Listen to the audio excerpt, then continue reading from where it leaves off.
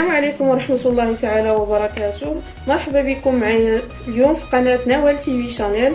نتمنى ان شاء الله تكونوا بخير وعلى خير.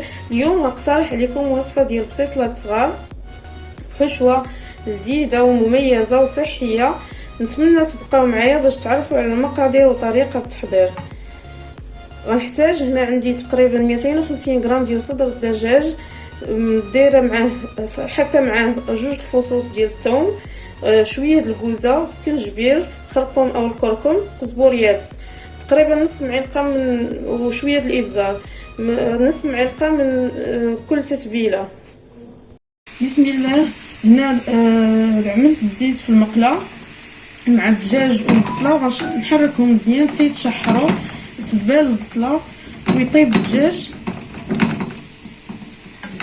تشحر الدجاج شويه ضفت هنا ربيع مقطع تقريبا 2 معالق كبار عامرين،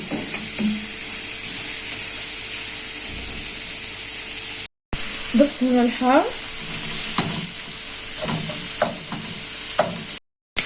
غنضيف هنا البروكولي اللي قطعته شويه صغير، حتى الشامبينيون قطعته قطع اللي كبارين قطعتهم بقاو كدا هنا،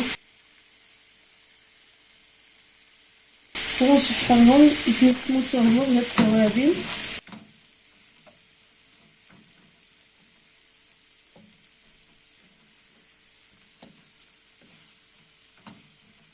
حيت البروكولي راه ديجا طايب عندي، سلقته في ماء مملح مع فص ديال الثوم، ورقه الهريسه، ورق الغار.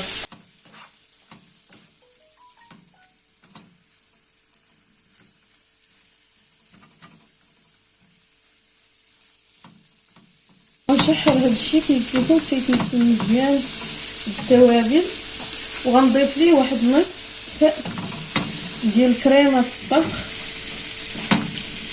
اللي متوفره عنده، كتعطي لهاد البسيطلات كتعطيهم واحد القوام كريمي. اللي ما عندوش ممكن يدير عوض هاد كريمه الطبخ كاسات ديال قطع ديال الجبن.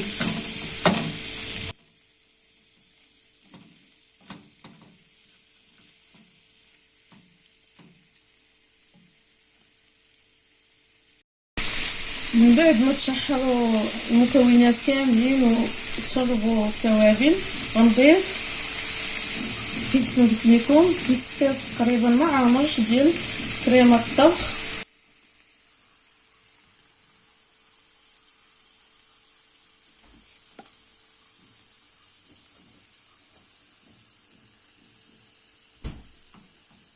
وغنحركها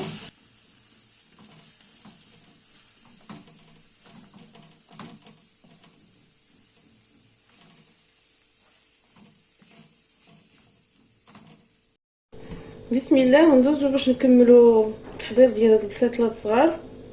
عندي هنا انا غنحضرها بالورقه اللي سبق لي وحضرت معكم بها بسطيله، ورقه كانت عندي ديجا في الثلاجه بقايا الورقه، قطعتهم على هذا الشكل كيف ما كتشوفوا. حكيت عليها شويه الكوزه بما اننا مستعملين الكوزه في الحشوه. تنسم هاد الورقه شويه الحار، الملح حيت عارفين كتكون ناقصه في الملحه، ضفت عليها بياض بيضه باش تلصق لينا هاد الورقه ما تبقاش مفرزه. غنحركها ونحكها بحال هكا باش نساجم فيها كاع المكونات، التوابل والحار، التوابل والزيت والبيض. نحكوها بحال هكا باش تلبس كي قلت لكم بالزيت والبيض والتوابل. من بعد ما نساجموا المكونات كاملين غنبدا نعمرهم هنا في هاد الطويسات اللي مدهونين عندي بالزبده على هاد الشكل. غنفرش الورقه، نحلها مزيان ونورك عليها كتوصل للجوانب، منكترش بزاف باش ما تجيناش الطبقه ديال الله اكبر الورقه ديال الطبقه ديال الورقه غليظه. شفتوا معايا ما كترتش بزاف، ما كتعجبنيش الورقه هي اللي تكون غالبه. ونحطها في طاوه اللي غتدخل الفرن. ناخذ وحده اخرى غنستمر بحال هكا، نعمر هاد القوالب اللي عندي كاملين. من بعد ما قاديتهم في الطاوه على هذا الشكل، الحشوه ضفت ليها تقريبا 50 غرام ديال الجبن احمر مفروم، وغنبدا نعمر بها هاد القوالب. الا غديروا بسطيلات بهاد الطريقه اللي غندير معكم انا، ماشي بالضروره الحشوه تخليوها حتى تبرد مزيان، حيت هي اصلا مقطعه وما كنلويوها ما والو، لا تقطع مقطعه الورقه وما نحتاجو لا نلويوها بحال البسطيله لا وبريوات لا والو. غناخذ مقدار من الحشوه غنحطو نورك على الورقه مزيان، تقريبا 2 المعالق، وكنتكي مزيان. غنستمر بحال هكا تنوزع الحشوه اللي عندي كامل. خديت الورقه اللي تبقات ليا بديت كنغطي بها الحشوه على هذا الشكل كيف ما كتشوفوا. هنايا تقريبا خدات معايا، كانت عبرت الورقه قبل ما نستعملها 250 غرام ديال الورقه، 4 كيلو. هاد البسطيله كنسميها بسطيله مشعكه، حيت شفتوا معايا واخا كتعيا تكي عليها كتبقى خارجه من الجوانب، ما يمكنش تحكم هاد الاطراف اللي كنقطعوهم ديال الورقه، وكنتكيو عليها نقرصوها بحال هكا باش تنسجم مع تلصق على الحشوه.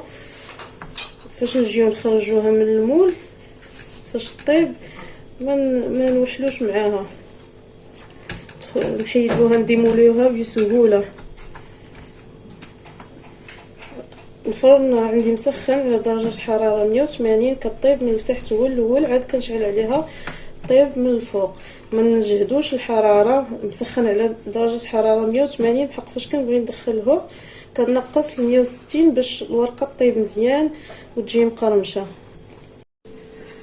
من بعد ما طابوا البسيطلات ديالي خليتهم حتى حيدت منهم السخونيه زايده تاع الفران، وشفتوا معايا كيفاش كنقلبهم بسهوله.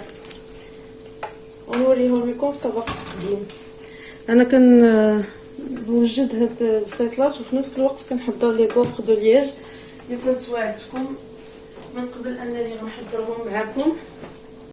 وهادو هما البسيطلات ديالي من بعد ما خرجتهم من الفرن قدمتهم على هذا الشكل. نتمنى التقديم اللي قدمتهم يروقكم. هاد البسيطلات المشاكين بقايا ورقه كيجيو لذاذين بالحشوه اللي درت فيهم، تقدموهم كمرافقات للسلطه كطبق رئيسي. الموائد الرمضانيه كيجيو لذاذين صدقوني، والاهم مفيدين. نتمنى الوصفه تعجبكم، ما تنساوش تبارطاجيوها مع العائله والاصدقاء، واللايكات. ومرحبا بالزوار الجدد، ومن فضل اللي كيزور القناه لاول مره ما ينساش ينخرط معنا ويفعل الجرس، وما تنساناش من التعاليق والدعاء ديالكم. واستودعكم الله الذي لا تضيع ودائعه.